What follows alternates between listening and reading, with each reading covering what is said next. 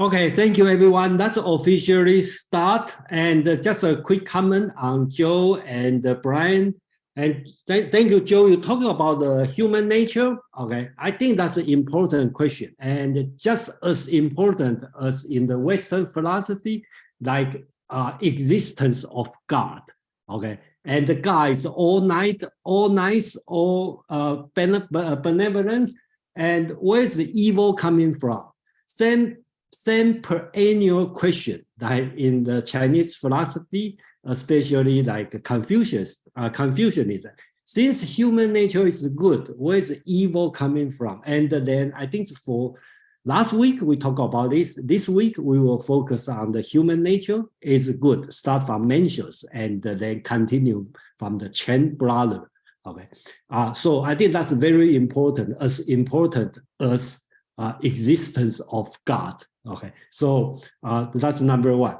And Brian talked about the originality. I think the Judaism Christian tradition, we have the so-called ex nihilo, right? So we create something. So the originality always an important question. But in Chinese, if you look at the cosmology, how does this world start? Seems not that important. And then just like Brian, you mentioned, Chinese philosophy or entire Eastern philosophy try to combine everything instead of separating. Okay, so the combination is become important effort when people put everything together. So I think that would be the key difference. And I'm not saying which one is good, which one is bad, but basics, that's the difference. And you probably will tell the difference if you're going further. So let's share my screen and then let's officially start. Okay, so okay, so right now, we go. The first thing that I will take 2 weeks off. That means next week and the week after for the American Thanksgiving, and then on December 3rd we will have a schedule talking about free will. SK is coming back to continue the Hinduism, and then December 10th I will make the last section for this year, and then this one will conclude the entire Song, Northern Song dynasty, the Neo-Confucianism movement. And then next year I will find a new time, probably 2 hours earlier. Probably I will shift 2 hours earlier on Saturday, and sometime in January I will restart this series. Okay, so that's the plan for today. And last week let's move on. Last week we talked about Zhang Zai, about the qi, right? Okay, about qi. Today we talk about heart mind. That's my translation. And the next time we are going to talk about the principle. And I think the proper way is we call the universal principle. There are many different kinds of translation. Some people want to call the transcendental principle. Some people want to just use the Chinese word Li. But unfortunately, this Li is the same as another word, richer Li. So it's no way to separate if you do the Roman, okay, you write English. So I think I will call it the universal principle. Okay, and this universal principle will become the orthodoxy for the Chinese Confucian teaching. So it's the orthodox school. Okay, that would be all. So interesting is there are two brothers. Today we introduce Cheng Hao, and December we will introduce his younger brother Cheng Yi. Okay, these two, we should not say they are different. Well, they are different, but not that much different. They just start to focus on different points for the same issue, but 300 years later, in the Southern Song, they become a heated debate. One called the Heart Mind School, one called the Universal Principle School. So that become the two different schools. And then the universal principle school become the orthodoxy of the Chinese philosophy. So that's the story, and we will have a chance to talk about this one later.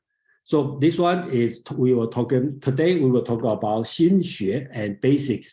This one we will base on the Cheng. Usually, if you read the article, they would like to say, Cheng brother, okay, Cheng brother, that's the word. And they usually means him, Cheng Hao, and Cheng Yi, his younger brother. And Cheng Hao, today I'm going to introduce, he doesn't have a lot of writing. And all the writing is combined a book called Two Cheng Brothers Writing. So usually we don't know who wrote what, but we base on their idea, their teaching, we kind of separate. Okay, this one is from the Cheng Hao, this one is from Cheng Yi. And Cheng Yi, the younger brother, lived much longer, 22 years after his older brother's death. So his teaching, the younger brother, become more popular because he lived longer. That's a simple way to look at it. These two schools, to me, okay, I'm primarily interested is in Western philosophy. So these two schools' difference is very similar to David Hume and Kant. Okay, if you call David Hume as a sentimental moral theory, right? So in the Scottish tradition, like Adam Smith, David Hume, okay, and then that would be similar to Cheng Hao. That's today's subject. And next time we go to his younger brother, he's kind of like Kant, deontology, okay? The ontology called ethic. So these two become different. But at this moment, Northern Feng, 11th century, they don't have much different, but you can start to see the subtle difference here. So today's subject, same as last week, we learned one Chinese word called qi. And today first thing we are going to learn the word called xin, which is heart or heart mind. And then 5 subjects we are going to cover. Okay. First, we will get understanding what's the meaning of heart mind. How does Chinese use today as heart mind? And then I probably will spend a lot of time talking about Mencius concept of heart mind, because it's important, because in today, we think Mencius is important Confucian scholar, or the second to Confucius.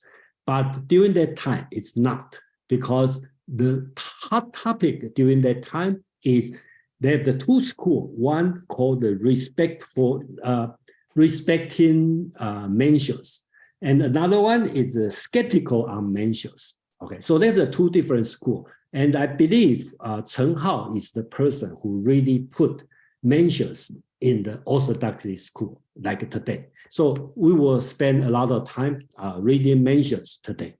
And then we're going to talk about Cheng Hao as a person. Then we talk about his moral theory.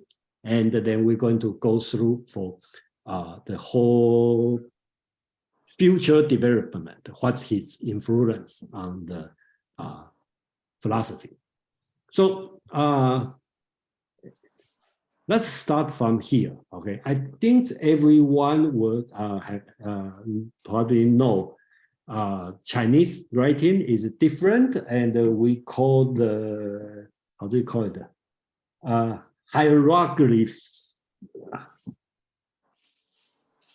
Hieroglyphy, right? So that's the way to do it, and or pictograph, right? So you draw a picture similar. So the word, I call it heart mind, actually is this word, right? It's xin, okay? And the original writing is like your heart. So this word, the basics, okay? Because in original Chinese, it's since any symbol represent a thing, so this one is your heart, something pumping in your chest. So that's the shape they draw it, and gradually become this word, if you can see here, right? That's the Xin, we write it today, okay? So that's the word we are going to talk about. We are going to focus today. So we can look at it in this way, okay? Etymology, right? Because the Chinese word, a single character, you will combine different so-called etymon, or you want to call it the radical, the word root combined together. So they combine together either to use the sounds or similarity of the pronunciation, or a lot of time we call it the radical because they have the meaning on that. So the word xin, they have the two ways to write. One is like this part, right? You write this way. Another way, you write this one. Because if you put on the side, this kind of thing is not easy to put. So they switch, turn 90 degrees. So put in this way. So there's a two way to write this word, xin. So I just make a search in the internet. I just realized the word Chinese character combined with this one have over 100 on that. Okay, a lot of words we don't use, but the daily use have at least 20. I just picked 10. Okay, on that, and for the people, I believe a few people know Chinese well here, and I think you will agree. All these words are very common words. It's not difficult word, and for probably if you are second grader, you should be able to know these words very well. So first word is, there's think, tolerance, right? This word is interesting. They put a knife on top of your heart, okay? That means tolerance, okay? And hurry, will, idle, right? And then this one is fear, feeling, fast, comprehension, right? And please, okay? So that's kind of word. This word xin has been used to generate new word. Ginny, you have comment? I know you know Chinese, so. No, I don't know Chinese, but what I know, I'm noticing is that on the first column and second column, the bottom part of each word is exactly same. And then on the second column here, this part is all the same on the 5 words. Yeah, because both. Yeah, so that's interesting. I thought that was interesting. Yeah, because they all, when I put it in red, they all represent xin, which is this word, right? Which is this word, right? We talk about this one. So that means all these words are related to xin, okay? So if you kind of summarize, you will know the heart, Chinese heart, meaning some psychology related to your thinking, related to your feeling, related to your willing, your desire, and your mental state. So for this reason, I think the proper translation is heart, mind. I think in some place I write mind, heart, and I discuss with Armand, who is a scholar on that's why he told me I should use heart, mind. First is consensus. Most of scholars use heart, mind. Okay. Well, I should not say consensus. A lot of people use different way, but heart, mind probably a reasonable one. And he suggests to do heart first because that's original meaning. So from now I'm going to call heart, mind. Okay. So in English meaning, heart sometimes we talking about your feeling, right? And mind means your mental state. So I think that makes sense to make this translation. And if you have a better idea to translate, please let me know. I'm really, just like Tian as a heaven, there's many different ways to translate. So I'm going to do the same way to understand the meaning of heart, mind. So I'm going to use Wittgenstein's way to using the family resemblance to try to help everyone understand this word. Okay, so all this word, I just have to say, is today's use. So that means all Chinese, the Chinese reader, you see this word, xin, what you're thinking about this. So that's the way I try to let everyone know. That's why all the term has been used, this word, heart mind. Okay, so you will see first, psychology. And the writing is the principle of heart mind. So that means psychology. 小心, that means small heart. Small heart mind, that means you are careful. Okay. If you are not careful, careless is coarse heart mind. Okay. If you have the gray heart mind, you means you are discouraged. 灰心. Okay. If you talk about middle of heart mind or middle heart mind, that means it's center. Okay. So something in the center, that's a middle heart mind. And this one is interesting. If your heart mind is sour, that means you feel sad. Right? So good heart mind, of course, I think you can guess. That means you're kind, right? And flowery heart mind, that means you are playboy or you fickle. Okay? If you have opening heart mind, that means you are happy. Okay, somebody, I think it's all the people growing in Chinese family or the parent like to use this word. Spatial heart mind or focus your heart mind. That means be concentration. So whenever the kids are playing their phone, when they are studying, the teacher or the parents will say 专心, okay, as into spatial heart mind. Focus your heart mind. Okay. Basically, is focus your mind. And then this one is heart mind calculation. That means mental math, mental arithmetic.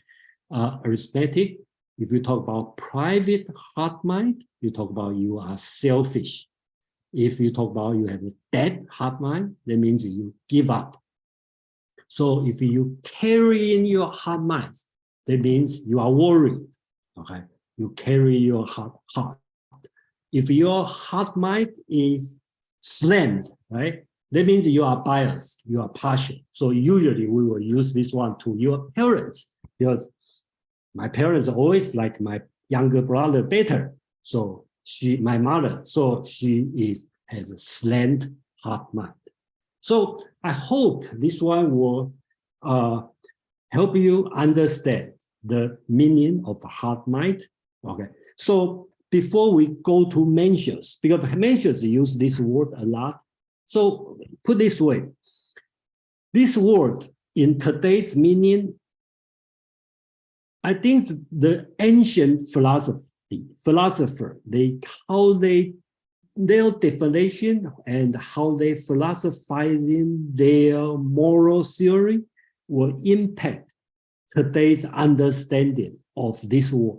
So right now I'm showing you is today's understanding of this word. And then we can look back, how does the ancient philosopher like Mencius using this word?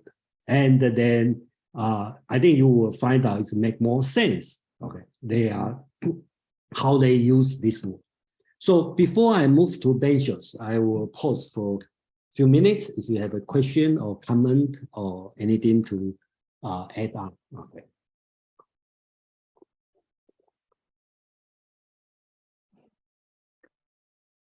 So everybody fine? Okay. So we are going to move to Mencius.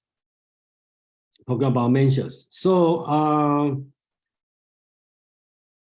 first, I assume people know Mencius, but I think I need to make some introduction. Okay, so today when we want to know who is Mencius, I think it's everybody, well, not everyone. You can go to Wikipedia and you will find Mencius. So I make a copy from the Wikipedia. So Mencius was born Meng Ke, that's his name, and the Chinese call him Meng Zi. and he was between 372 and 289. And they said he was a Chinese Confucian philosopher who has often been described as the second sage, that is, after only Confucius himself. He's part of Confucius' fourth generation of disciples. Basically, he's talking about he is the student of Zi's student. So Zi is Confucius' grandson. So he's the fourth generation of disciple. And the Mencius inherited Confucius' ideology and developed it further, living during the Warring State period. Confucius in the earlier time, about 200 years earlier, in the so-called spring and autumn.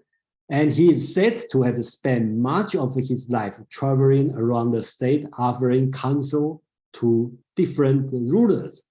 Conversation with these rulers formed the basis of the Mencius, which will later be canonized as Confucius classic. So when they say later be canonized, that means in Zhu Xi's time, which is 13th century. Okay, not during this time. So one primary principle of his work is that human nature is good, or you want to call it righteous and humane. And the response of the citizen of the policy, the ruler embodied this principle. And the state with righteous and human policy will flourish by nature. So basics, that's his teaching. Okay, that's in Wikipedia, and there's nothing wrong in Wikipedia, but I would like change our view a little bit. Okay, let's look at how Sima Qian, I think we talked about this one 3 months ago in the Han Dynasty, about 191 BC. If you the book called the Records of a Great Historian by Sima Qian, he's in the Han Dynasty, which is 300 years after Mencius' time.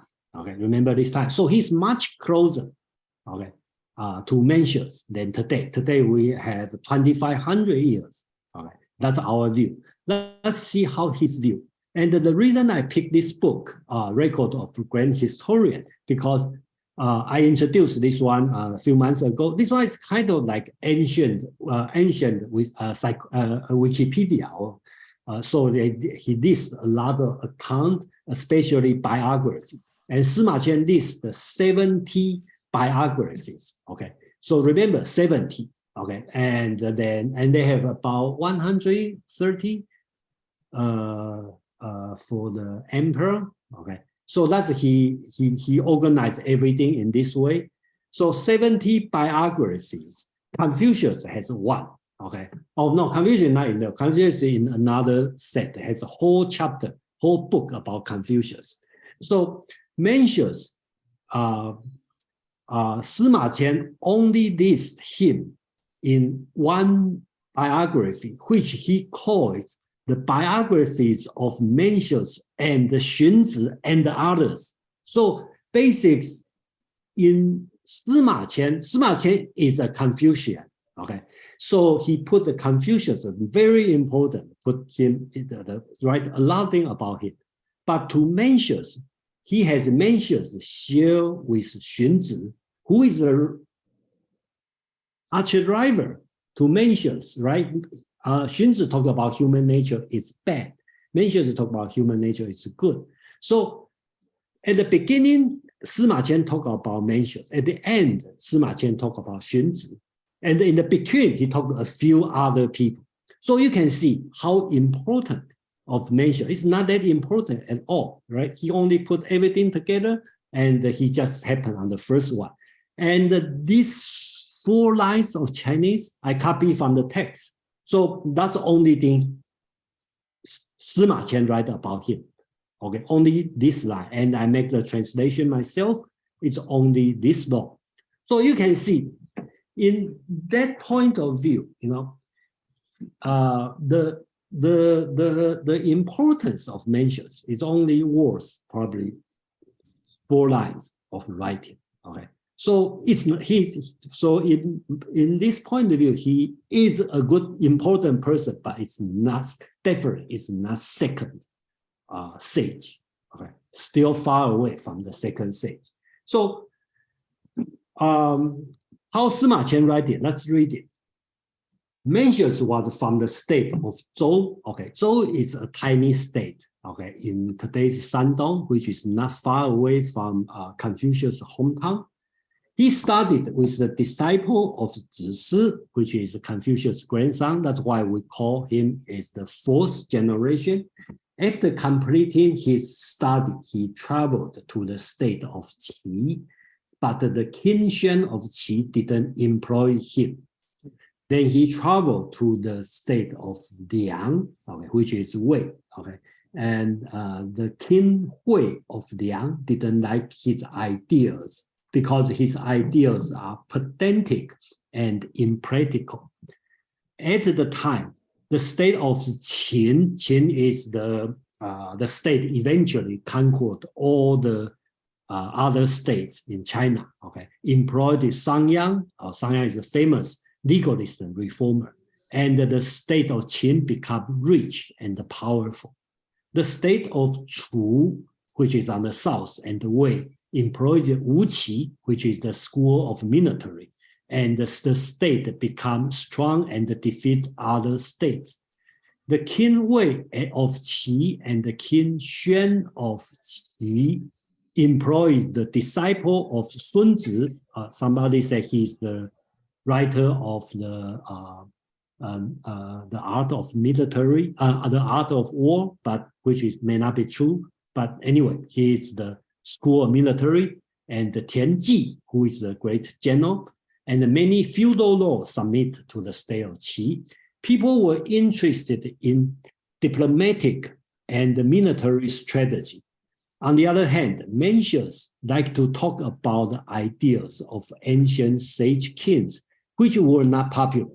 He retired and transmitted Confucius' teaching and authored the 7th book of Mengzi, which is Mencius we have today, with his disciple Wan Zhang and others. Another famous disciple is Gong Sun Chou, and we will read him. So basics, that's about him. And that's all he, 300 years later, the great historian, he write about Mencius.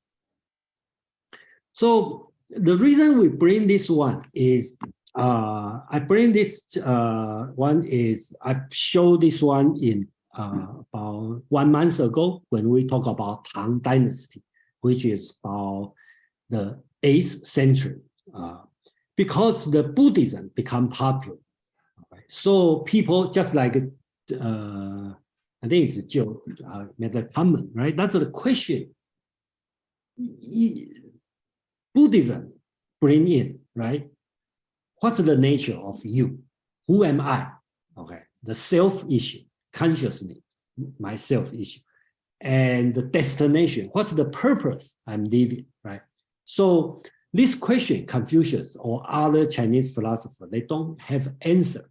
So when Han Yu want to reject a foreign religion like Buddhism, this question is still there. You need to answer the question. Then Chinese call 性命之学. Okay, so that means 性 means your human nature, or who am I?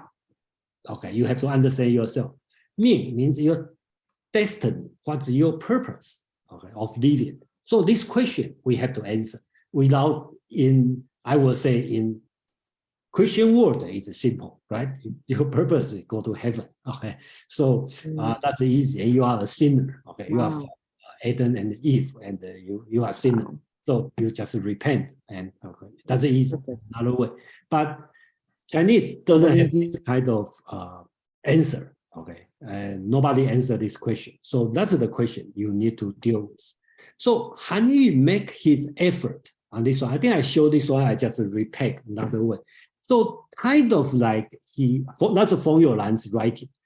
He's talking about Han Yu also borrow, okay, Zen Buddhism's tradition, right? Zen Buddhism talking about like from the Bodhidharma, the first patriarch, and the generation to Hongren, the fifth patriarchs, and then transfer to the sixth. So talking about they have the one line of transmission. So Han Yu is talking about, which he also borrowed from Mencius. So Mencius start to bring to the table here. So he talking about like, that's at least the year. Almost every 500 years, you have the sage. So at the beginning, that's the Emperor Yao, Sun, and Yu, that's the three ancient sage. Then you transfer to the Tang, which is the Song dynasty. Then another around 500 years, that's the Duke Zhou. Okay, there are three sage, Qin Wen and the Qin Wu and the Duke Zhou. And Confucius keep talking about that's the perfect system. And the 500 years later, they have the Confucius. Okay, they all sage. Okay, they all sages. Every 500 years, they have sages. Then Han Yu is talking about Mencius, is continue on this one. So right now, let's move back to the Song dynasty, which is 11th century. Who will continue this tradition, right? If you recall, last week we talked about Zhang Zai's 4th sentence. He's talking about continue from the lost ancient teaching. That means here, after Mencius, how are we going to continue? That's their job. You cannot let the Buddhism or religious Taoism to lead us. We have to continue from the ancient sage king, Duke Zhou, Confucius, Mencius. Then we need to do it. Okay, I think that's what they are talking about. They feel like that's important. Okay, so that's the way they are doing now. That's in the so I'm going to move on to a few reading on Mencius. Okay, so before that, I will pause for question or comment or something you want to add on, agree, disagree, or something.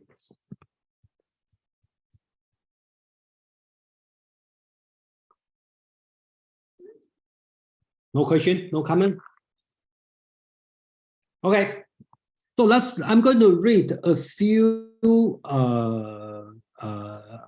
chapter. Your Mencius is, I think some of you are in the Confucius analytic reading, and then I'm going to start to read some of Mencius. You will see a few different on that. I think today I will bring a few Mencius reading on here.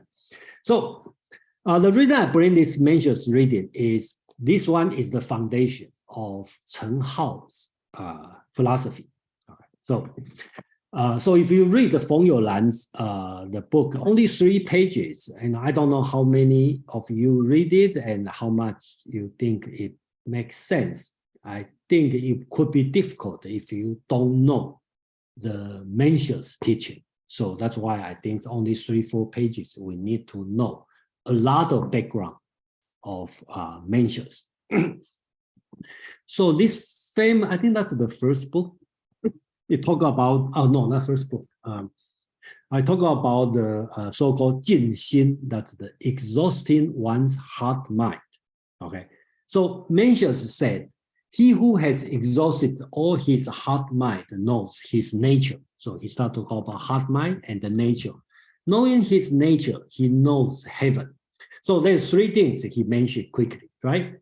Heart mind, human nature, and heaven. Okay. Knowing his nature, he knows heaven. To preserve his heart mind and nourish one's nature is the way to serve heaven. No matter one live long or short, he must wait in the cultivation of his personal character of whatever issue. This is the way of establishing his heaven-ordained being. Okay, so if I make it, I think the Chinese, especially the ancient Chinese, the logic is not that clear.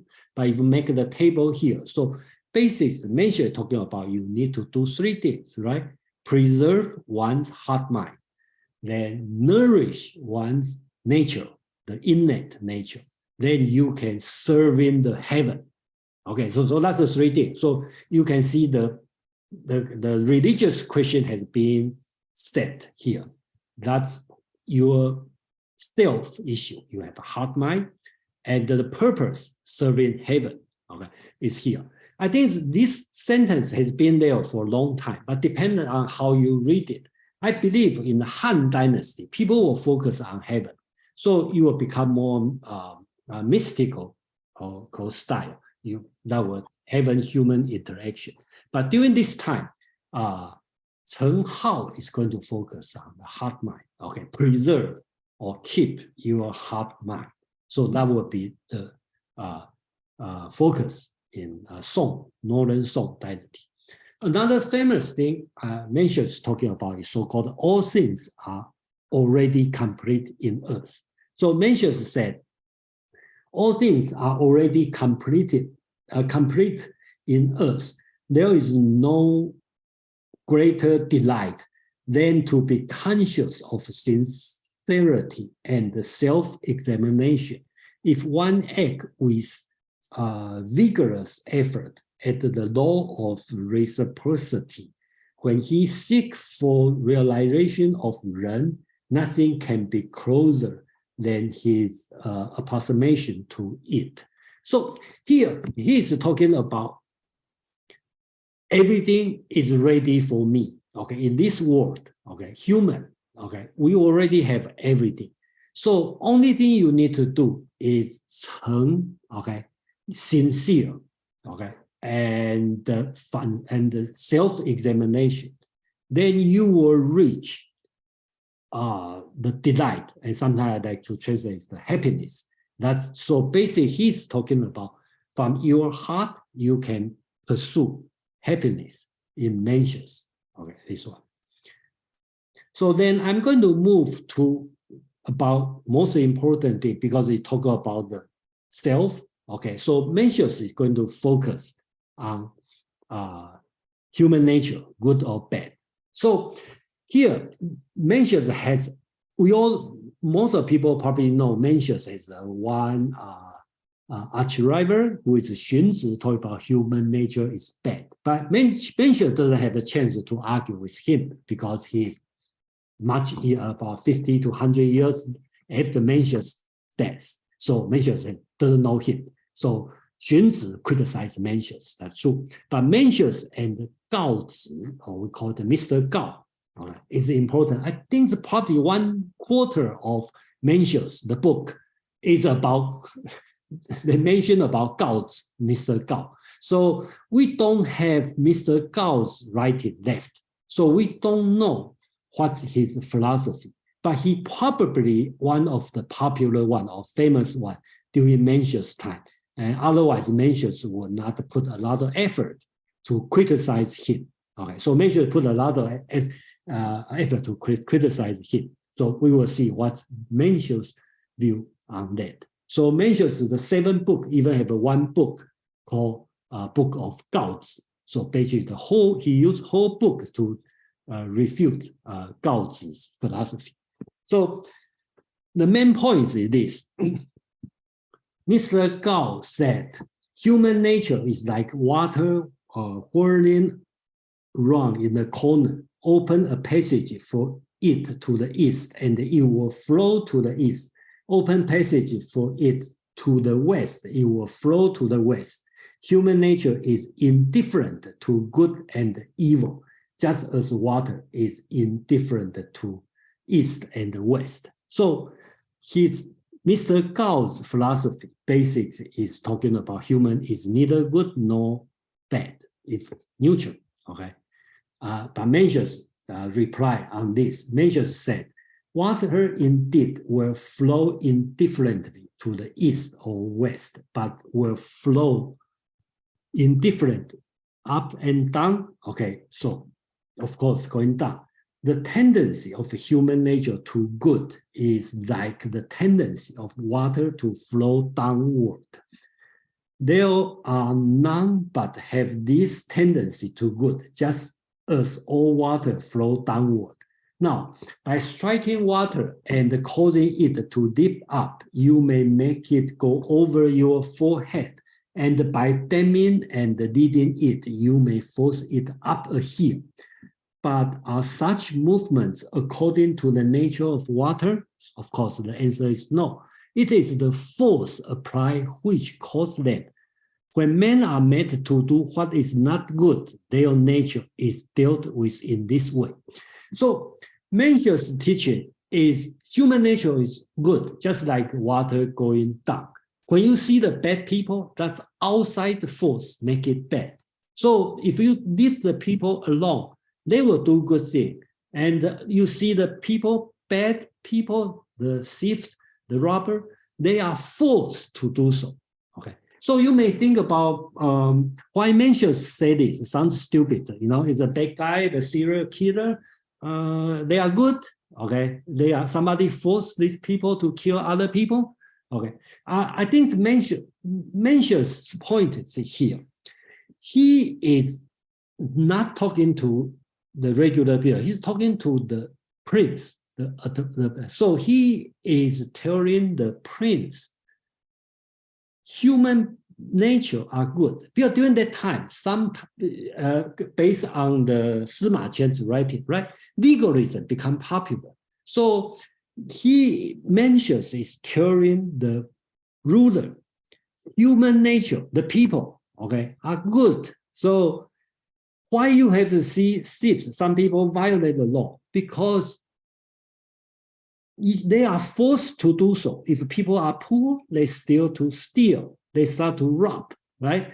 If they have an earthquake, they have a natural disaster, people cannot survive. They will do bad things.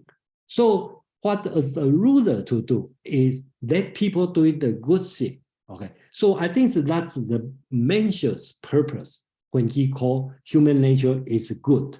That's why he has this kind of argument. So on the other chapter, that's also probably more famous. I think we read most of part last week because we are talking about the qi, because Mencius mentioned about qi in this chapter. What I skipped last week is the beginning at the end. So that's why you probably only see the qi part. But if you, today I try to put everything together, bring up the whole conversation, you probably will see how qi and the heart, okay, or so-called the heart mind connect together. So again, also related to Mr. Gao, right? Mencius say, he even quote, okay, Mr. Gao. Mr. Gao said, what is not attained in words is not to be sought in the heart mind. What produces dissatisfaction in the heart mind is not to be held by qi.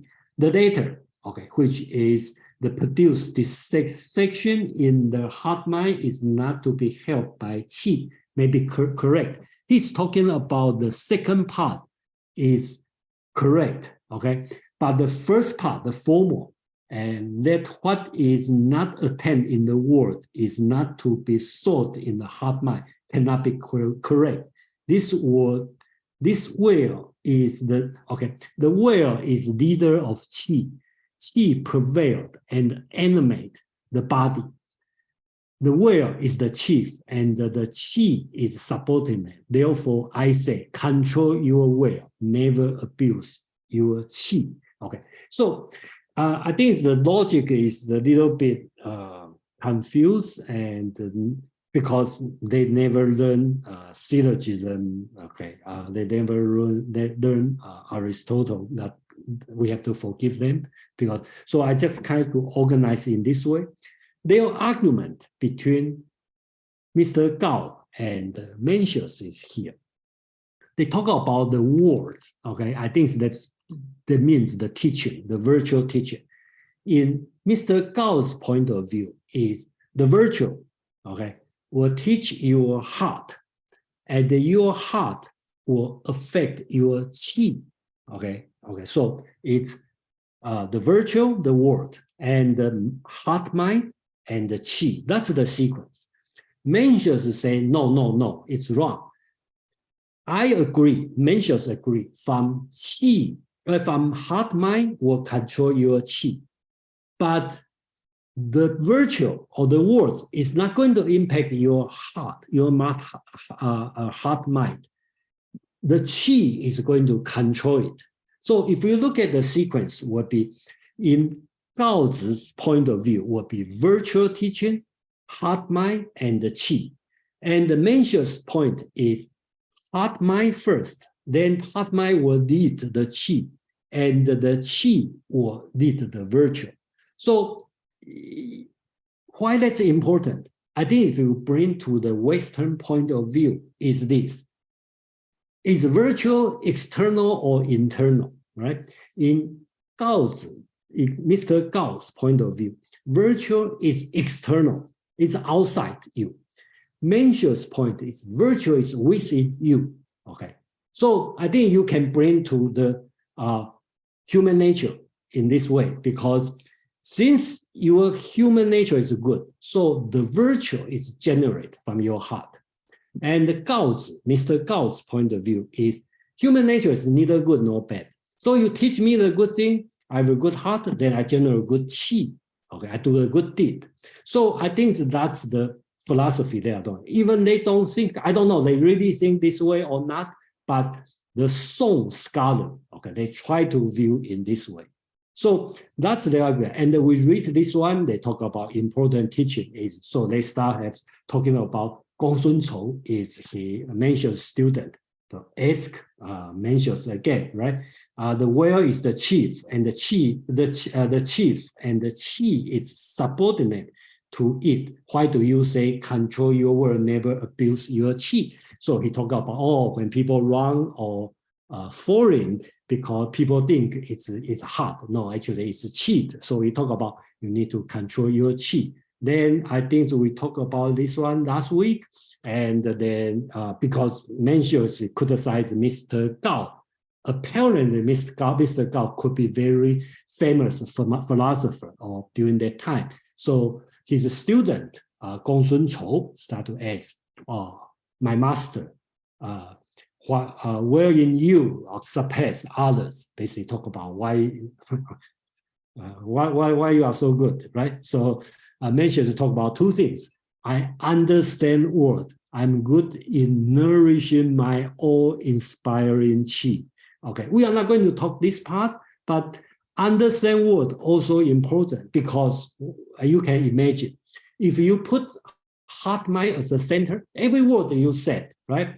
I can understand how you think about it. That's why Mencius said he understands people's mind, heart mind, the heart, because from the word, okay, he cannot, because if you assume the words is coming from your heart mind, so Mencius will say, okay, I know words, I know people's word, because I can read your mind.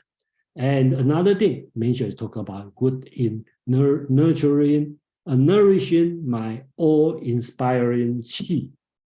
So that's the first time in the history, this word, awe-inspiring qi, coming out. So Gong Sun Chou, of course, will ask, what do you mean, awe-inspiring qi? And I think we read this one last week, but since it's important, Mencius say it is difficult to explain. The qi is exceedingly great and strong, being nourished by straightforwardness without being hurt. It can grow to fill up the heaven and the earth.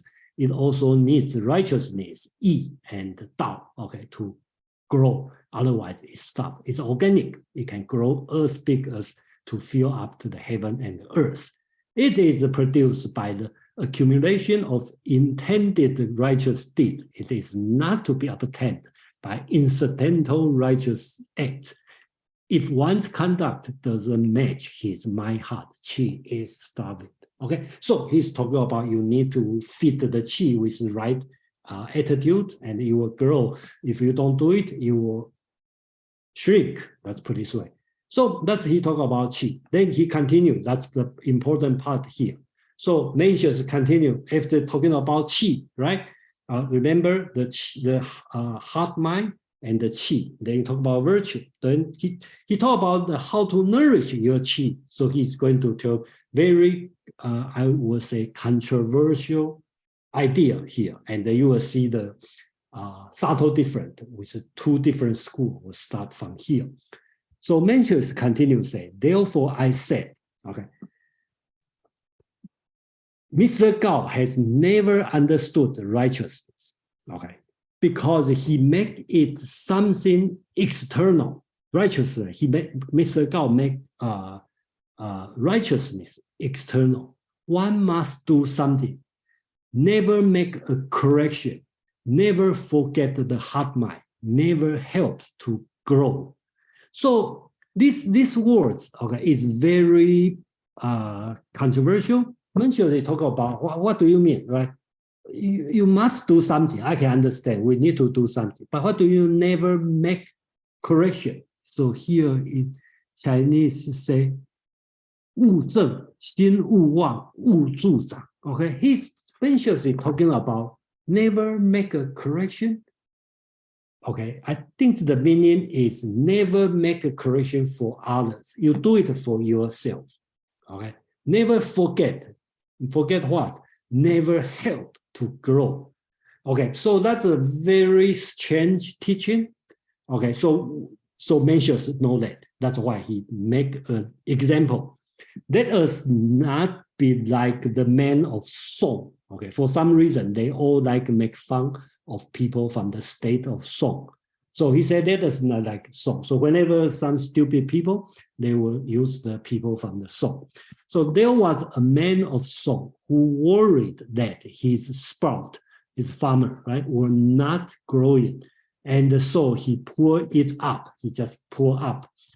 Having done this, he returned home confusedly and said to his people, I'm tired today. I have been helping the sprouts to grow. His son ran to look at them and found them all withered. So that's the famous story of what we call a fable. Okay, so you see, you can usually, when I was child, when we learned this one, basics, the teacher is you should be patient. Okay, if you pour up the plant or sprout, you will die. So should be patient. That's what we learn in school. But in this text, he's not talking about this. He's talking about, and this one, that's why I explain never helps to grow. That's Mencius is talking about. You don't pour it up, okay? The sprout will grow itself. That's also related to his view. Human nature is good. You don't need to help, okay? So this word, 勿助长, never helps to grow.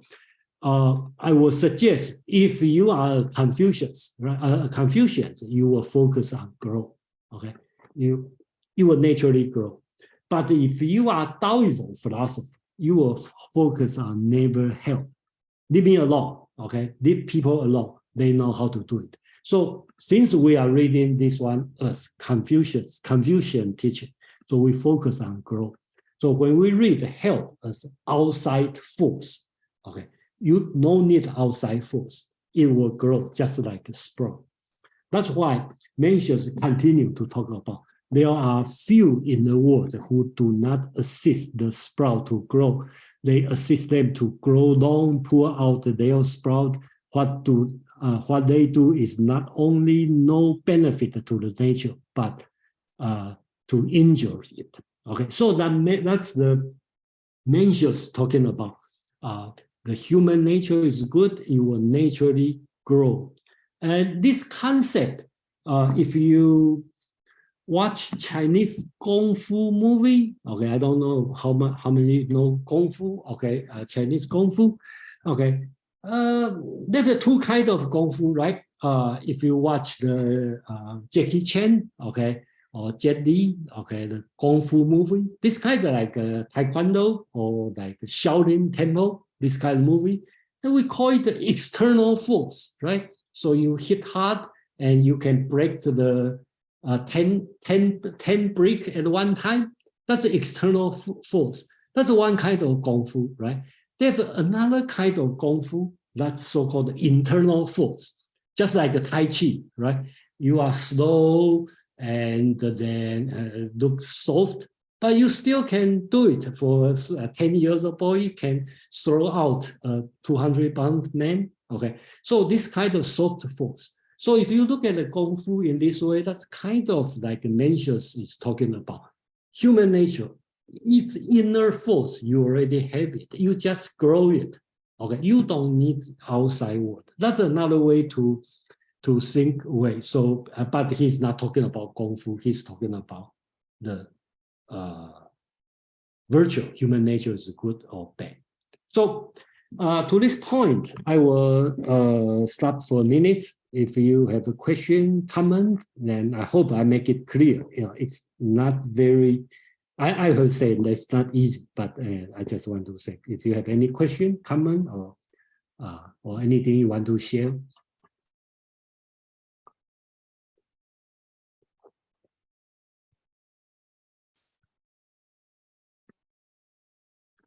No one have a question.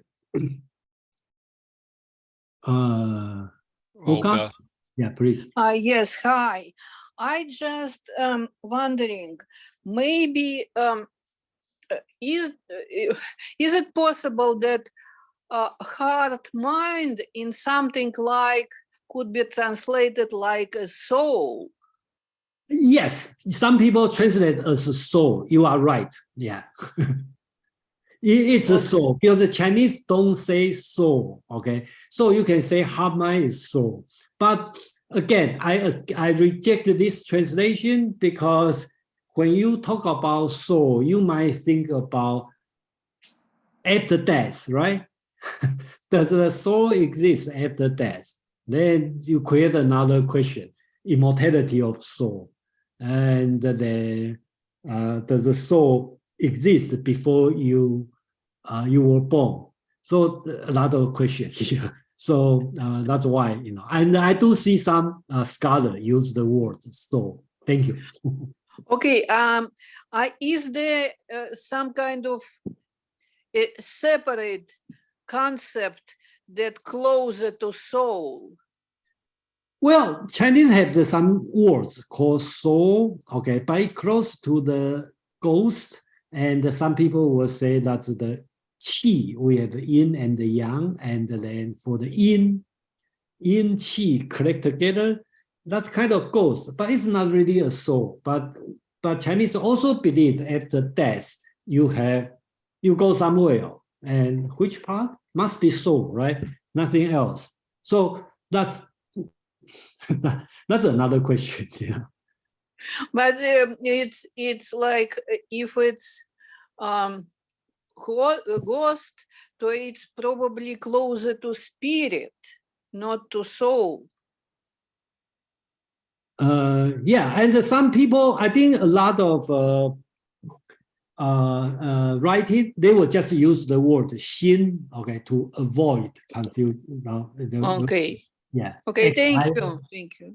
Yeah, but XIN, that causes another problem. So it never be good. So but thank you for your suggestion and your observation. That's very meaningful. Yeah. Okay. Thanks. Quan, please. Yes, it's about precisely the question about the soul. What do you think about the concept of the sun hon qi po? Excuse me, I don't get it. Yeah, the sun hon qi po. Okay, the Oh, three 三 spiritual 魂 souls. 七魄 3, 7, okay, 3 魂 and the 魄. I think they have the definition between 魂 and the 魄, right? Yeah. So that's, I think that will close to your spirit, right? So Yes. yeah, when I was me, and I know in the countryside, when the kids are crying all the time, so you will have the shaman come and say, oh, some of the kids' soul has been scaled away. So you should have the 10, right? 3 plus 7. Some of them are gone. So you have to do something to call it back. Then, you know, so Yeah. that's another interest part. Yeah. Yeah. But my idea is that the qi po is related to the body. And in that sense, when the body decomposes, that part of the soul, in quotation mark, is destroyed. Okay, but the hon Oh, okay. is considered as the spiritual soul, meaning the heavenly soul that is not related or not dependent on the intact body. I would say that if we try to find a Chinese concept that is the closest to the soul according to Western understanding, I would suggest the Hon as the concept, the Chinese concept, the closest to the Western, in quotation mark, Yeah, soul. yeah, I agree. Hun probably is the right word. Okay. But today we are not talking about the soul, but you were not there when Pin is talking about the Liao Zai. That's a good subject to bring up. Yeah, that's right. That's right. I should have been there. Yeah, you should. You should. That's a good subject. But at that time, nobody asked this. Okay. Too bad. Okay. Another subject we need to talk about, and that's very important. Okay. So I think a lot of people talk about 4 seats. That's fun mentions. Okay. So right now you will. I hope you get to this point because mentions is talking about qi, talking about your heart. My heart, a heart mind, which is good. Okay, how does it relate to his 4 seats teaching, right? So he talk about no outside help. Okay, how all this one are connected here.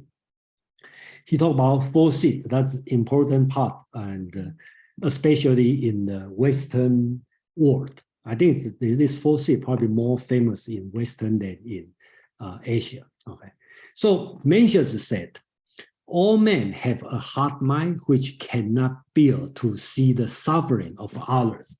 So I think that's his fundamental argument, right? Because you just cannot bear to see people suffering. Nobody, doesn't matter how savage you are, you are not torturing baby for fun. And you see the baby suffering or crying, you were to tend the baby. That's the nature. That's his evidence. The sage king had this heart mind of compassion. That's the compassion he's talking about. As a matter of course, he likewise a compassionate government. When with a heart mind of compassion was practiced a compassionate government, to rule the kingdom was as easy as a matter to make everything go wrong in the pub. He said, it's easy, right, for the sage king because he has a compassion. That's his nature, the sage king. And he will form a compassionate government. And basic, everything is done. That's good government. When I say that all men have a heart mind which cannot bear to see the suffering of others, my meaning may be illustrated in this. Even nowadays, if a man suddenly see a child about to fall into a well, he will, without exception, experience a heart mind. Here you talk about feeling of alarm and sympathy. They will feel so, the kind of heart mind. Okay, what's the reason? Not as a ground on which they may gain the favor of child's parents, nor as a ground on which they may seek the praise of their neighbors and friends, nor from a dislike to the bad reputation. So Mencius, I think his argument is quite strong. He talked about when you see a child about to fall to the well, right? He will jump to help. He was not thinking about, oh, I'm doing this. His parents will thank me.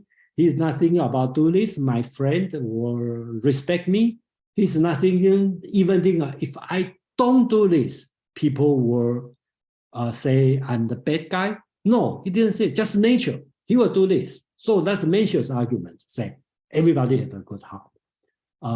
Joe, please.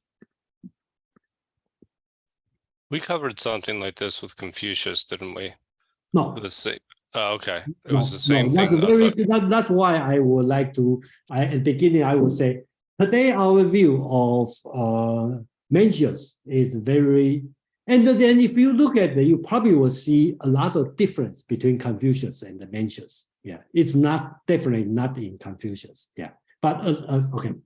So When I read this one, actually, I just recently read the French philosophy, Lamaitre. I don't know if you know this one or not. Man a machine. Okay, so he argued man is not much different, just upgrade animal. Both, just a machine. Your soul, just material soul. Okay, that's the Lamaitri's argument. And to the moral question, Lamaitre make he's an 18th century, early 18th century French philosophy. Okay, so he talked about, oh yeah, he kind of used the same example. Oh, human nature, just naturally, you will have this kind of feeling. And he also bring up animal have this kind of feeling, which may not be true, but could be true. The animal have that. So as an animal, you all have this kind of feature. That's the matrix argument, which is similar, I would say, a little bit similar here. Okay, so here is the core of his argument, Mencius's argument, right? From this case, we may perceive the heart mind of sympathy, that's the first seed, is essential to man. Okay, here he used, it's not seed, he used xin, he used heart mind of sympathy. That the heart mind of shamefulness is essential to man. That the heart mind of complacence is essential to man. And that the heart mind of judgment is essential to man. The heart mind of sympathy is the seed. Okay, here seeds, he used the word called duan. Okay, duan means the end or the beginning. Okay, so I'm thinking about change to different word, but since most people understand as a seed, so I will keep the word seed, right? The heart mind of shamefulness is the seed of righteousness. The heart mind of the compliance is the seed of Li, which is richer. And the heart mind of judgment is the seed of wisdom. You need wisdom to make proper judgment. Man has these four seeds as they have their four limbs. So that's Mencius's four seed argument. When men having these four seeds, yet say of themselves, they cannot develop them. They cheat themselves. Okay. So if somebody say, "Oh, I cannot do good," no, you cheat yourself. He who says his prince cannot develop them, cheat his prince. So telling the minister, right? You have to advise your prince. You all can do good, just like ancient sage king. Since all men have these four seeds in themselves, let them know to give them all development and completion, and the issue will be like fire which has begun to burn, or the spring water. So basics, everything will naturally grow. And then, so I'm not going to continue, but basically later on he developed his series about ought and can, right? So his example is two things, right? You are not able to and not willing to are different. If I ask you jump over that river, cross that ocean, yeah, I can't because I'm not able to do it. If I ask you to pick a stick for the old man, I say, no, I can't. No, you are not willing to it. So his advice is this: human nature are good. The prince's nature also good. You all these things, and then what you need to do is just do it, right? There's no way you say, no, I cannot do it. You can do it, okay? And just if you say I can, because you are not willing to, that's Mencius's argument, and that's his philosophy, put this way, okay? Even not written in the philosophy form. And in our Confucius annual meeting, I find out people like me to make a table. So I decide to make a table here. Okay, 4 seats, that will be easy to understand. Okay, so basically 4 seats, right? Let me repeat, right? If you talk about your heart mind, there's the heart mind of the sympathy, shamefulness, and the compliance, okay, and the judgment. Okay, but in other chapter, he called compliance, he called 恭敬, respectfulness. Okay, so not so consistent, but I think basically means the same thing. And this kind of heart is the seed of 仁, the seed of righteousness, the seed of ritual, the seed of wisdom. Okay, so that becomes 4 seeds, grow from the 4 heart, you shall further grow. And I just put some psychology words here because that's a Chinese word he used. Sympathy, basics is talking about the hidden sorrow, and then judgment is talking about the feel right or wrong. You can feel what's right or wrong. That is talking about. So we're done with measures. Okay, then we have some time, we can move on to today's main subject, which is Cheng Hao. Okay. So question, comment?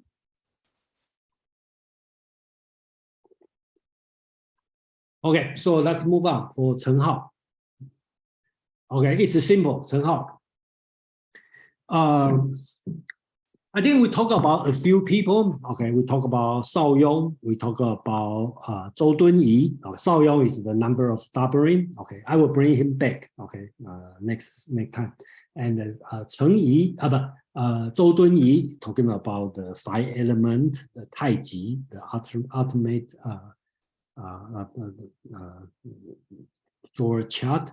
And Zhang Zai we talked about last week. Talk about Qi. And today we talk about Cheng Hao. Cheng Hao is the student of Zhou Dunyi, and he has another younger brother, Cheng Yi. We are going to talk.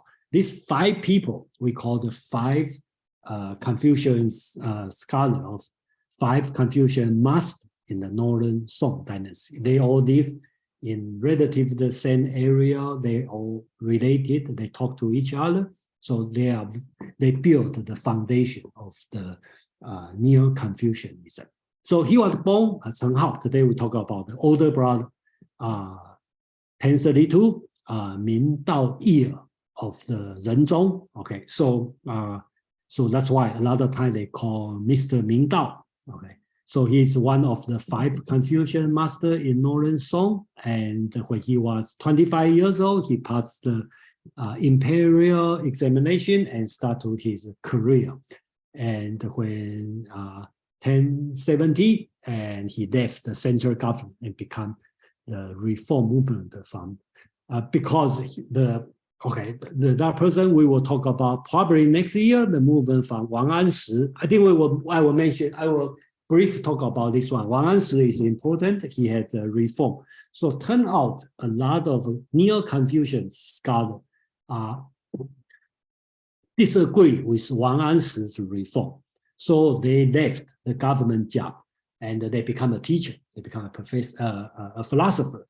So before this time, you don't see much people, much Chinese philosopher. They all government official. Okay, so they do some government job. But during this time, you will see there's many reasons. Okay, we can discuss next time. But basics, they are just like teacher, professor, philosopher. They write book, they teach. Okay, they are not employed by government. Because Wang Anshi, okay, they all disagree with him, so they retire and work. So he died at 1085, 53 years old. His brother, Cheng Yi, died at 1170, 74 years old, 22 years after his death. So we can fairly say they have this kind of teaching, they probably not much different. But since his younger brother lived 22 years after his death, so his younger brother's teaching become more popular or become orthodox. Okay, let's put it this way. So as a person, I copy from one of the historian writing.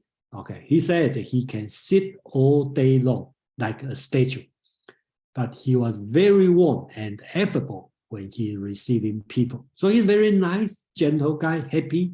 Okay, and again, you can imagine if a person's philosophy is focused on your heart, so-called heart mind, how to practice, and you believe nature is good, you have to grow, just like it mentions, grow your good nature. So meditation could be a good way to do it. So he likes to do meditation.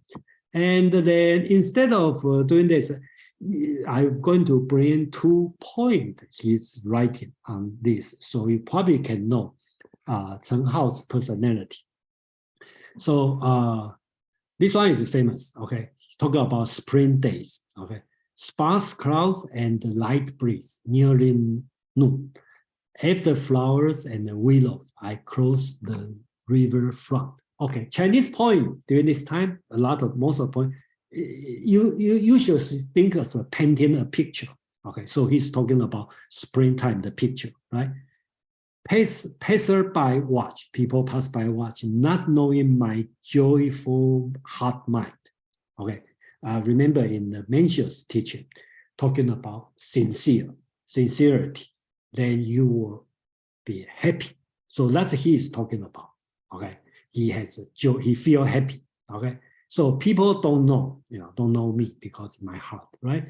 Saying I follow a dad to enjoy free hour. They say, oh, he just mimic the young kids, So that's his short writing about springtime. Okay, so his personality is different than his younger brother. His younger brother is a much serious person. Okay, so if you want to imagine, use my metaphor, David Hume and Kant, right? He's kind of David Hume, sentimental. Okay, and then I don't know the personality of Kant, but I assume as a deontologist, probably more serious on that. So and then I think the book, the short history of Chinese philosophy, at the end, Feng Youlan also include this point, okay, to talk about Cheng Hao. Okay, and then this one is also interesting because there's some philosophy bring up here about Cheng Hao, right? So he write that's autumn day. Okay, so he talk about in my leisure time there is nothing not easy and simple. I think it should be not easy nor simple. When I awake. When I awake in the morning, my window already shines the sun. Okay, so he's talking about in the autumn time, he get up late. Okay, so he take easy, he doesn't get up early. In my calmly observation, all things have their own course. So this 4 lines, he start bringing the metaphysical, his philosophy here. 4 seasons, people enjoy the same joyful time. Through the Tao, they'll produce heaven and earth and all material. Okay, Tao will produce heaven, earth, and all things. And in my thought, the wind and the clouds are always transforming. I highlight this one is this 4 line.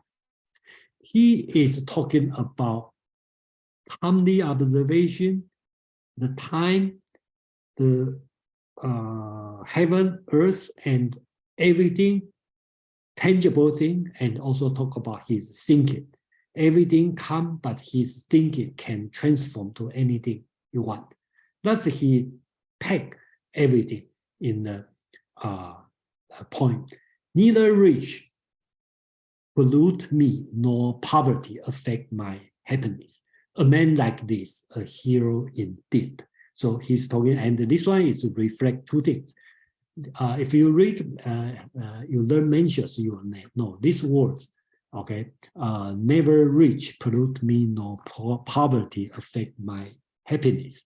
Basis is from Mencius talking about, and it also reflects Zhang Zai. Last week we read about his Western inscription. Okay, he talked about the end. He talked about living. I serve compliantly.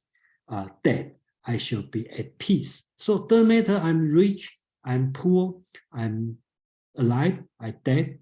Everything should be the same. Okay, I do my job. Okay, so this kind of situation we are talking about. Okay, so that's about him, and then I will move to his moral theory. Okay. Any question about him or any comment?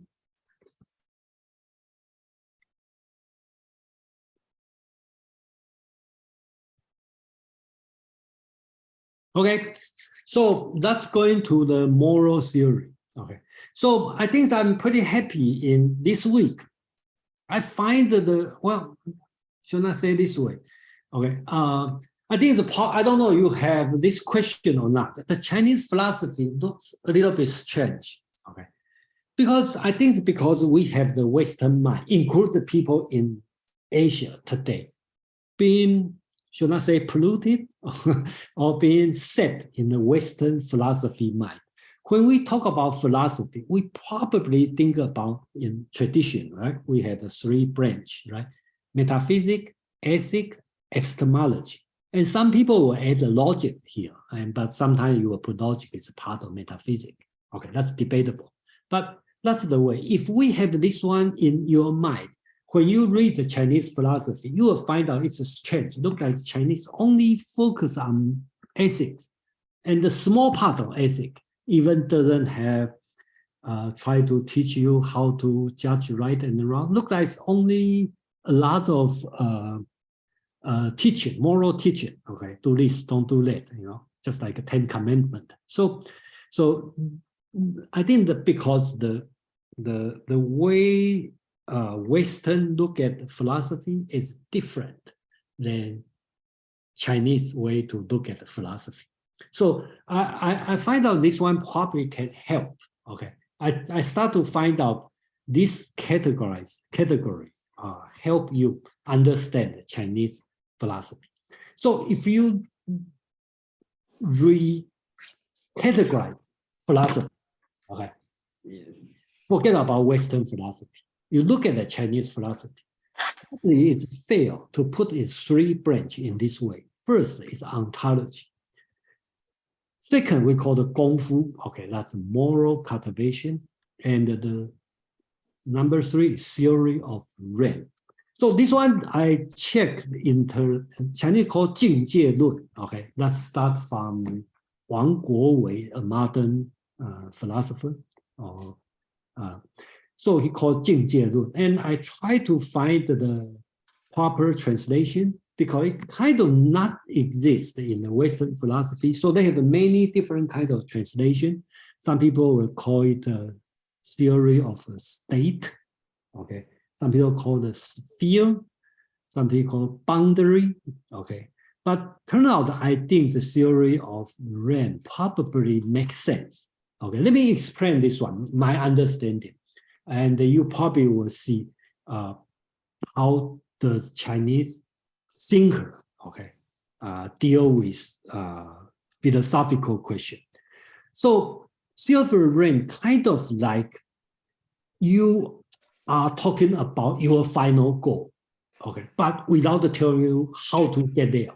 Just like if you want to talk about, it's Thomas More, right, the utopia. He talked about the island, it's beautiful, everything is fine, but he doesn't say, how can we do it now and become there, right? He didn't say this. He just give you a goal. And the Confucius, okay, one thing called Great Union, okay, 大同, okay. I think long time ago, Pin introduced this one. He talked about utopia concept, but didn't tell you how to do that. Everybody can, no thieves, no robbers, and then the old people, young people have been taken care of. Okay, so what? So if we think more, they have a lot of things like this, and then just like back to our reading for Cheng Hao's writing, another thing like this, or another thing is like Zhuangzi, the first chapter. He's talking of the big bird flying, you know, so high, one flip can do 9,000 miles. He talked about this. What kind of philosophy of this? It's talking about the realm, the ideal situation, but without telling how to get there. But without telling how to get there, is the basic assumption is as long as you know the goal, you will do it. And you have your way to do it. You have your innate ability to do it. At least you set as a goal. And the close one I can find out could be the Zarathustra, right, by Nietzsche, right? He talked about Superman, Uberman, right? He didn't tell you how does that guy become Uberman. He just talked about he going from the mountain, he do this, see this. He didn't say anything about how can I become a Superman? He didn't say that. So I think that's the thing, similar to this way. And then you probably will see a lot of Chinese philosophy deal with this. The reason I bring this one today is Cheng Hao's philosophy. He deal a lot, everything he's talking about theory of brain. Okay, that's his philosophy. Okay, and his younger brother deal more on the moral cultivation, more on the ontology part. So another way to look at is if you see the theory of brain is more on the Buddhism, Zen Buddhism. It's kind of sudden enlightenment. You just talk about sudden enlightenment, the situation, you got enlightened, but you didn't tell you step by step. Moral cultivation is more on the gradual enlightenment. It tells you step by step, step by step. I think that's the difference in Chinese philosophy. So I just want to share this one. So I think like this, you will probably will appreciate more when you read Chinese philosophy, you know why they are talking about this. So again, I said Cheng Hao doesn't have a lot of writing left. And then if you read the Feng Youlan's book, he has some summary on that. And basically he summarized from this short page. I find out, you know, so when I read the Feng Youlan writing, look like, I think everything is familiar, then I realize he's copy from this text. So so this one is called 识人篇, okay, knowing 人, okay.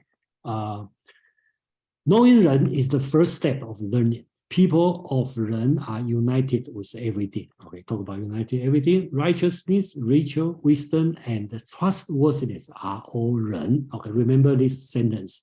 Okay, so this all virtue are 人. 人 is the one united you and outside world. That's basic principle. Okay, if we understand this principle, that's the principle I'm talking about of 人, and practice it with sincerity and respectfulness, or sometimes we translate as attentiveness. Okay, 诚 and 敬. Okay, so that's the word. We will need to guard against error, nor to deliberate all the time.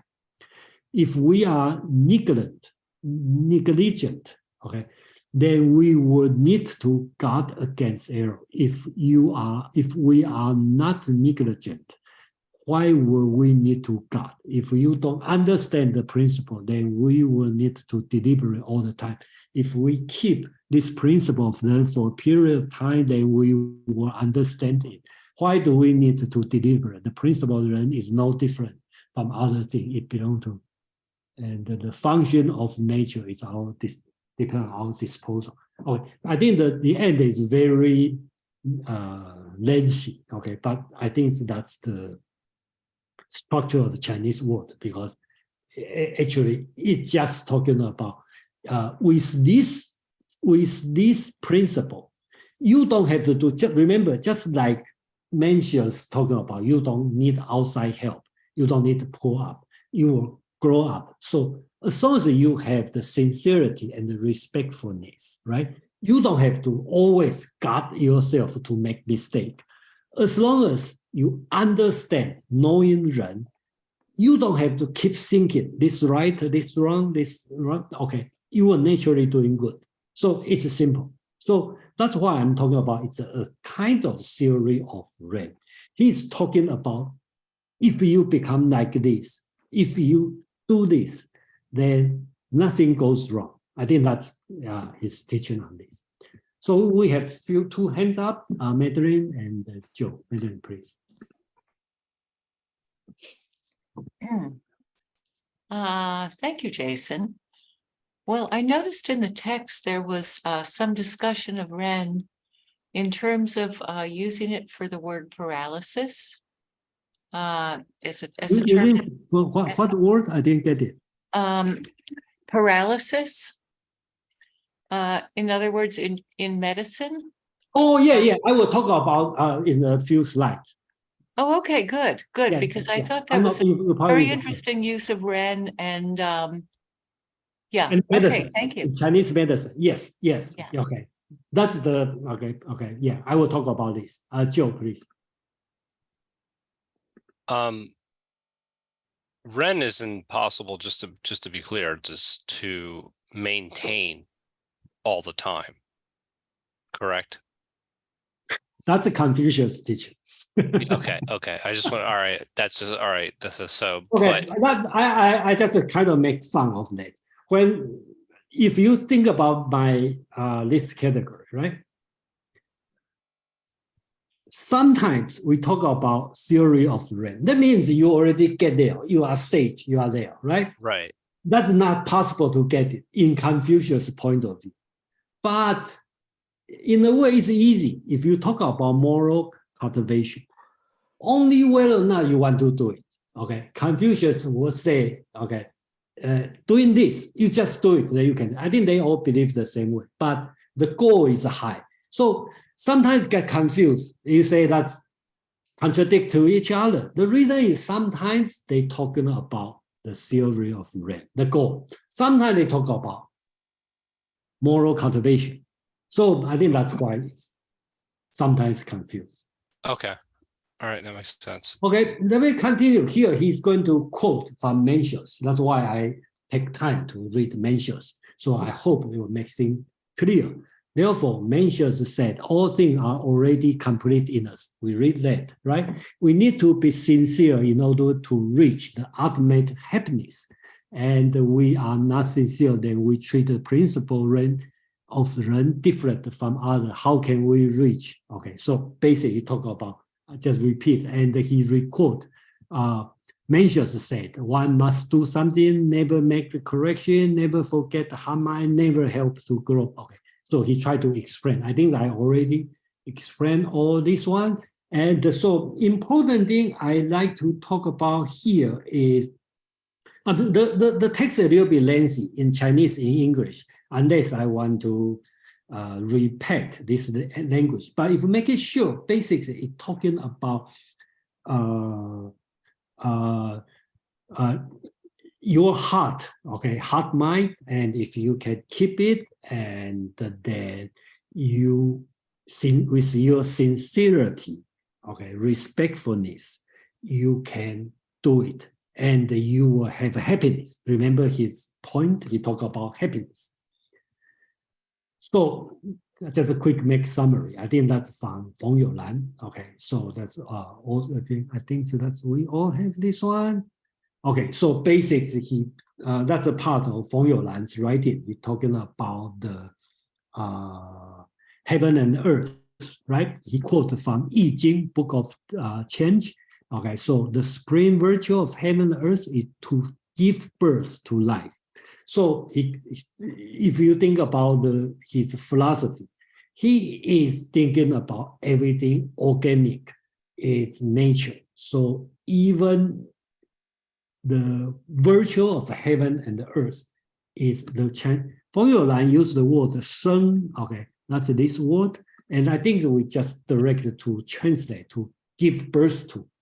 Okay, they have many meaning, but in Cheng Hao's idea, basics is talking about give birth to. Okay, so just like your heart, my heart mind will give birth to qi, and qi can do good. Okay, so that's the medicine part. Okay, on the Chinese and Feng Yuan talking about the paralysis, right? The Chinese, and that's true. And if you see Chinese medicine, if you have some problem, that's the, I think the paralysis. So it's happened to impression, not Ren. Okay, so that's the blur line, right? Between the medicine, health, and the moral. Okay, so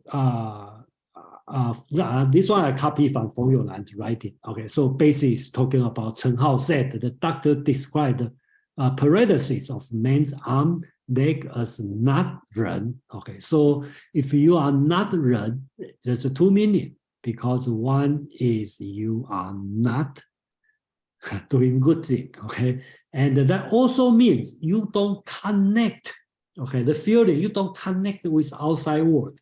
And I think one example I'd like to, in essence here, is his teaching is as a minister or as a prince or as a regular people, you do your thing because you and everything are one. So just like environmentalist, okay, I pick up the trash, I reduce my carbon consumption, I save energy, I dispose, okay, I do the right thing, not because I can save money, not because I get reward, just like I will rescue the kids about to fall to the well. Not only my human nature, because I follow the principle of Ren, which is the mechanism to connect between me and the outside world. We are one. So when I clean my house, I clean my body. I don't need everybody to say, hey, Jason, you are clean. Hey, Jason, your room is clean. Because I'm happy to let. Same as a prince, a ruler, right? I take care of everybody. Because we are one, we will do it, right? So I think that's the essence of Cheng Hao's teaching on this one. So we have Paul, please. Yeah, thank you. Hello, Jason. I don't do this meetup too much. I do a lot of Shrikant meetups though, and I appreciate your contribution. So I won't try to go too deep because I'm not as deep as you all are in this, but I think I have a question that might help illuminate something, at least for me, which is, I love this concept that we have these natural inclinations or tendencies or the four seeds, and they're just there and we can all bring them out in that. But the cultivation, the thing I'm a little confused about, and I might have just missed something in the way you talked about it, but we can cultivate Ren, but there was that story of the guy who tried to help something to grow and pulled up by the roots. So I need a little clarification on what cultivation means. Okay, I got you. Okay, thank you very much. And I assume this one is the confused part. Okay, so it's very confusing. I believe not only the people in the Western culture confused. I think you go to the school in, I don't know, China, go to Taiwan or Hong Kong or any place in the US. Probably most of people were not doing good job on this. So I think the key is this. Cheng Hao is talking about, or same as mentioned, talking about, is natural growth. You don't use outside force to have your virtue grow or Ren to grow. That's naturally, okay? So that's related to when he and Mr. Gao is arguing. Is virtue outside or inside? If you assume virtue outside, then you need outside help. You need to do something. If you believe the virtue is inside, you just do it naturally. So Paul, you asked a very good question, right? How do you say grow, right? So do I need to drink more water? Or do I put fertilizer? I don't know, okay. Cheng Hao only he did. Yeah, he sit there, he meditation, okay. So does that mean he's a good guy? So question is here. That's the difficult part of reading Chinese philosophy, because that's why I put this one. He is talking about the theory of Ren. Okay, he talk about the situation there. Okay, he avoid. You can say avoid or say, Paul, you know what's right, what's wrong. Let me ask you: treat your parents good or bad? You know it's good. Okay. Beat up your parents is right or wrong? You say no. You don't need education. Okay, that's their point. But your question is very valid. Everybody asks the same question. How do I know it's wrong? It's abuse parents, right? Should I run away or still practice xiao, respect for my? That's a big question, right? So you can say they avoid this question, okay? And you can say you decide this how to do it, okay? So that's question he didn't answer. But next time, his younger brother is going to answer this question better. Okay, but I just say better. You may not be satisfied. That's what I'm going to talk. So that's why we call it the universal principle school, because his younger brother is going to focus more on moral cultivation. Okay, so which will, if you talk about the ontological level, it will be qi and the principle. One school will say the qi have yin and the yang, they move, right? And this move is the principle. Okay. Another way to talk about, they have underlying universal principle. The qi, which has yin and the yang, they follow this principle. So they become a two school. Okay. And at this moment, I mean, this time, the two brothers, it's not very clear. But you will see, I probably will bring up next year, is 300 years later, 200 years later, Zhu Xi in the Southern Song, they have separate idea in this way. And they have the very famous argument between these two scholars. One is Lu Jiuyuan, one is Zhu Xi. Okay, that's just for me to finish up today's section, because that's the last part. I'm going to talk about the school of the heart mind. Okay, so basics. Okay, let me do this one. According to Cheng Hao, metaphysically, there is an inner connection between all things.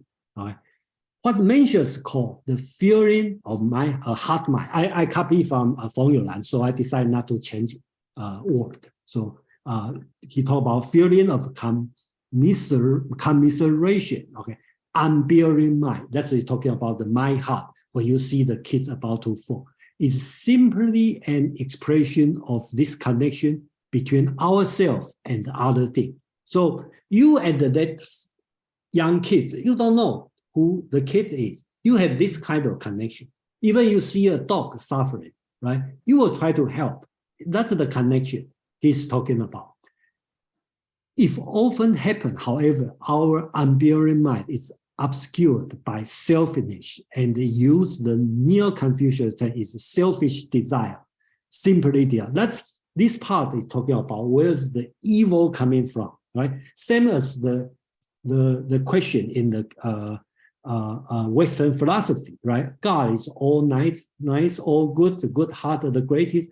Where's the evil coming from, right? Same question. So here's the solution. So you have a good heart, but you have the selfish desire, okay? So you may argue, okay, the heart, mind, and desire are the same or different? Okay, so that's another question. So his younger brother is going to I don't resolve this question because he knows they are smart people. They know that's a loophole, that's a problem, that's a problematic argument. So hence the original unity is lost. What is necessary is simply to remember the original, there is oneness between oneself and all things, and to act accordingly with sincerity and attentiveness. In Chinese, it's Cheng and Jing. In this way, the original unity will be restored in due course. Such is the general idea of philosophy of Cheng Hao, which, okay, Lu Xiangshan and Wang Yangmin, okay, that's the two philosophers we will talk about sometime next year. This one is 100 years later, Lu Xiangshan. Wang Yangmin is about 400 years later, okay, so-called the My Heart School, even it's not orthodoxy in Confucius, but that's also important. So I just make a quick chart on this one. In Feng Youlan's writing, he talked about, I think the title he put is two schools of Neo-Confucianism. And in my opinion, in some other opinion, could be three schools, right? But nobody can deny there's two major schools. One is so-called heart-mind school. That's today we are talking about. Okay, start from Cheng Hao, right? And then later on, about 100 years later, Lu Xiangshan, okay, or sometimes called Lu Jiuyuan. 400 years later in Ming Dynasty, Wang Yangmin, okay. that will be continued on the heart mind school of Neo-Confucianism. And his younger brother, I'm going to cover in December, Cheng Yi, is talking about so-called universal principle school. That's another difficult word, Li. Okay, I'm going to do some research on further discuss on this word. The principle school, universal principle school, which will resolve, kind of answer Paul's question of how to do it, right? And the Zhu Xi is going to bring up, sometimes I call him the godfather of Neo-Confucian or Confucianism, okay? Because if you pay attention, you might feel to this moment, Confucianism become more religious-like, right? It kind of become like a religion. You need to practice, you have a goal, you talk about yours. Only thing you lack is God.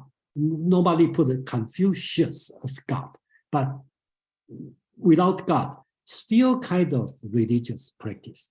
So another school, Feng Youlan didn't mention is Zhang Zai. We talked about last week. He talked about metaphysics, talked about qi as everything, and the kind of being absorbed by Cheng brother. But actually, about 600 years later, Wang Fuzhi in the Qin dynasty, or Wang Chuanshan, okay, is going to continue so-called the qi school, and which is not that popular, but I think it is also important, this one. So just right time, I finished in exactly 2 hours. So I was hang on here for a few minutes, okay, and depending on what question you have, and then on anything you want to share, you want comment, and then please, it's an open question, So I hope I make it clear on today's Cheng Hao.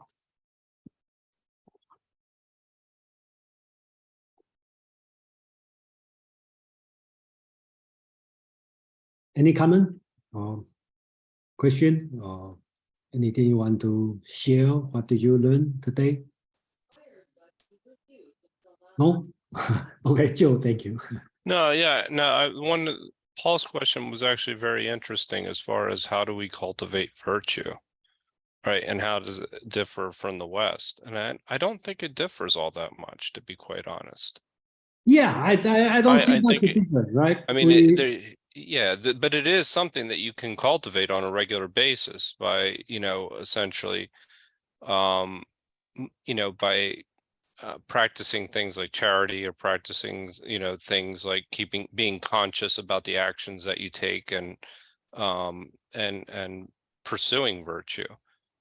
You can cultivate it through your habits. Yeah, there's through your many daily. ways to do it. I sometimes I feel like Aristotle is probably closer to the Asian philosophy, took more on how to do it, right? So I think the Western and East, that's a big subject, and then that's my general feeling. I think Asian philosophy probably more on the cultivation side. Okay, so more on, but again, doesn't matter how much you talk about, it still cannot govern your deed, right? You still can do bad things, no matter how much you read it. So the example I like to use is Chiang Kai-shek, right? He claimed he is a Confucian, okay, and he is a dedicated, faithful Christian. He inherited 2 best moral school, but I don't see he did every good thing, So you can do evil, doesn't matter how good the philosophy you do. And just a quick question, the ontology would be the equivalent to our metaphysics? I think so. They're very similar. They'll be similar. Okay, but I try not to use, but Chinese call 存有论. That's the Chinese scholar usually. The Chinese word is not I invented. That's the Chinese scholar. Okay, they use these three terms. Okay, 存有 and 功夫 and 境界. So it's easy to translate. 存有 means ontology. That's no doubt about it. When you talk about 功夫, they talk about moral cultivation. Okay, Right. I don't think that's doubted. If you read analect, that's another thing, right? When you travel around, you should call your parent. Okay, not call, then your parent no. So that's kind of cultivation, right? And theory of Ren, that's the translation is difficult because what do you mean 境界? That means something you reach there. So I find out that the most close idea probably the Nietzsche's Zarathustra. And another thing is kind of like, I don't know, George Santayana. Okay, he talked about rent of billion. I'm not sure, how close. I don't want to mislead everyone, but I still try to figure out what's the best word. But I find out this term 境界, okay, help me understand, help me read Chinese philosophy writing much better. So that's why I decided to share. Thank you for sharing. Yeah, I mean, we can come back. Yeah, you can call metaphysics, but the reason don't call metaphysics, one of the reasons is when we talk about metaphysics, we quickly think about God, we talk about immortality of soul, we talk about free will, which doesn't exist. Oh, when you talk about ontology, you're talking about the essence of something, right? Yeah, I think that's the way talking about. So his brother, sometimes people call ontological human nature good, okay? Because his younger brother kind of bring the human nature is good to the ontological level. That means based on principle, the universal principle. So they're linking universal principle to ontologies? I think so. That's really interesting. Yeah, so I think it's very difficult, and I'm not saying I may next year I may find out I was wrong. Okay, it could be, but that's the way the Chinese word, the three Chinese word, 存有论, 功夫论, and 境界论, that's being used in the Chinese philosophy, especially in the Confucian scholarly Confucian study. That's true. Okay, and then how do they map to the Western philosophy? I don't know. Okay, I just try my best. That would be really interesting. Universal principle and ontologies meetup. Yeah. Anyway. Well, I will see next week. We'll probably have a better discussion on that. And I also find out it's really helped me. It will be different when I read it and when I present it. When I present it, I start to feel like, oh, this one may not be that convincing, right? So sometimes I read it, I feel convinced me. When I try to convince everybody, I find out, it may not be that correct. Yeah. So anyway, Quan, please. Yes. You will find me a little bit obsessed by that book, but I have the pretension to say that about the answer for the question of cultivation, there is a book in the Confucian corpus which answer very directly to that question, and that book is called the Ta Xue, okay, the Great Learning. Because if you read the Great Learning, it has the quality in my mind, in my understanding. First, it has been written by one of the major disciples of Confucius, Master Zhongzi. And I think that it has the big quality of being at the same time, it's not a very long time, theoretical book and a practical book, okay? Because if you read the Ta Xue, you have the description of the three guidelines, and you have the 8 stages, as you know better than me, Jason, okay? So the I will stop you for a moment because that's I'm going to talk about. You read my mind, so okay. That's I'm going to talk about next time. Yeah. Okay, that's cool. Okay, perfect. Yeah, because that's the answer, kind of the answer Paul's question. Okay, if I make it if I have to make a statement, Cheng Hao, he bring up mentions to the table. Okay, and his younger brother probably bring the 大学 to the table because he's talking about the principle, and then he will be focused on the how to, which is getting knowledge. Okay, 格物. Okay, so I think that I will end on this year, so make this year's project perfect. Because if you were in the first section in this year, we introduced 大学, the great, Exactly. and I'm going to end on the 大学, okay, in the next section. Okay. Okay, so I'm perfectly satisfied that you will end with the 大学. Yes, I will add that, but well, that's Cheng Yi is talking about. So next month, I'm going to end it with 大学. Since I started with 大学, okay. Okay. Hey, Jason, I have also a question for you. Please. There is a new translation in Chinese for metaphysics, which is 形而上学. 形而上.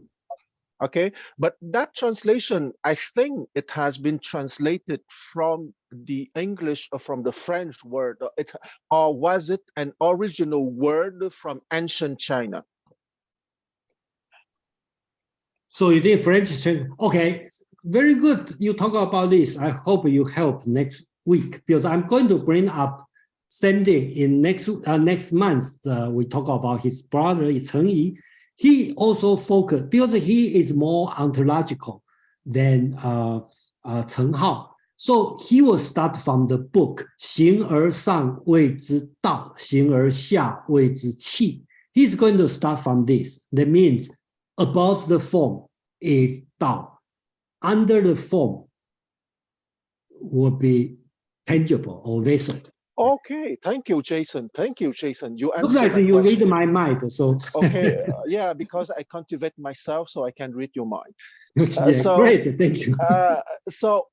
You answer my question, because one of my Chinese and Japanese friends, they told me that it has been a new creation in the 20th century, that that word, the 形而上学. But what you tell me is that that expression existed already with Cheng Yi. That's what you answer me.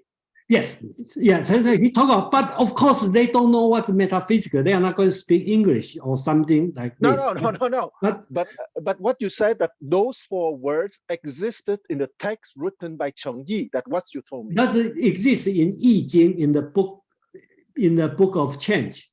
In the book of change. Do you remember what hexagram? 系辞下, I think. Okay, but what hexagram? Or was it in the introduction or the 10 winds?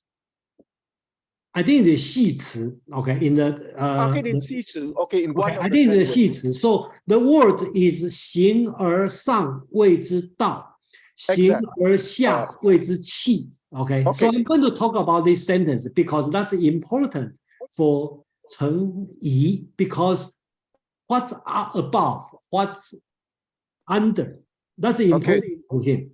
Okay. Anyway, I appreciate a lot your answer. It relieves me a lot.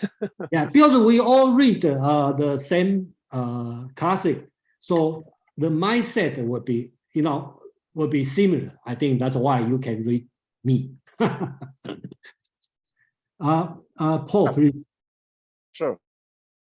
Yeah, I want to respond. That Joe's point made me think about some other points, which is I want to put in the form of a question and maybe try to read your mind a little more and see.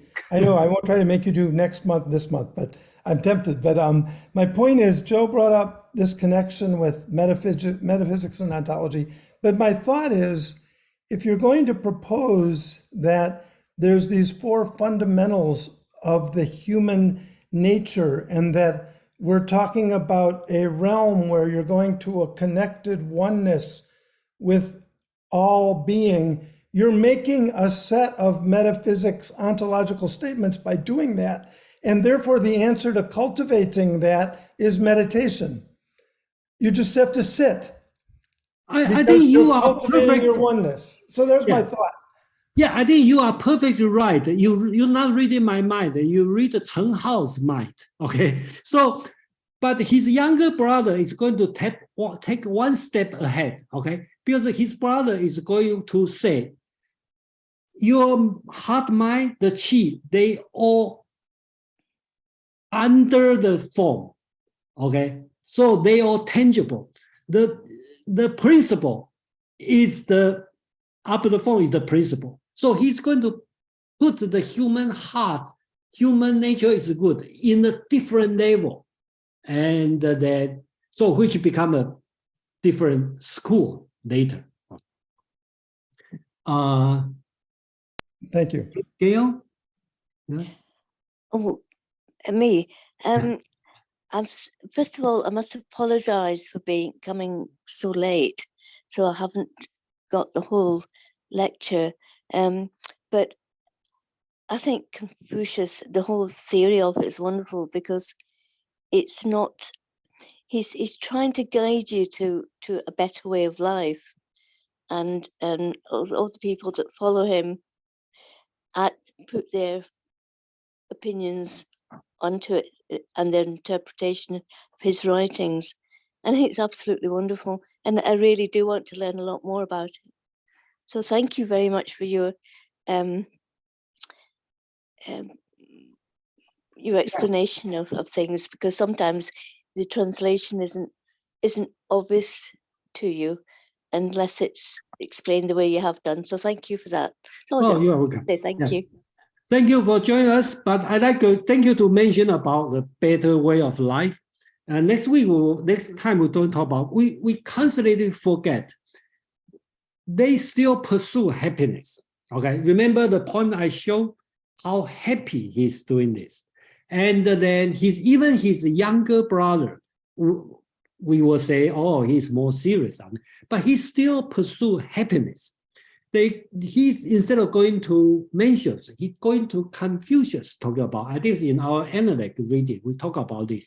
He's going to bring about the searching happiness as Confucius and Yan Hui. Okay, so remember that after the goal, still happiness in this way. Sometimes in today, or probably Zhu Xi's fault or the government's fault, people kind of forget the happiness part on that. Only remember the serious part on that. So, okay. So I think we probably should end today. And I'm going to take 2 weeks off for Thanksgiving. And then December, I'm coming back to do this one.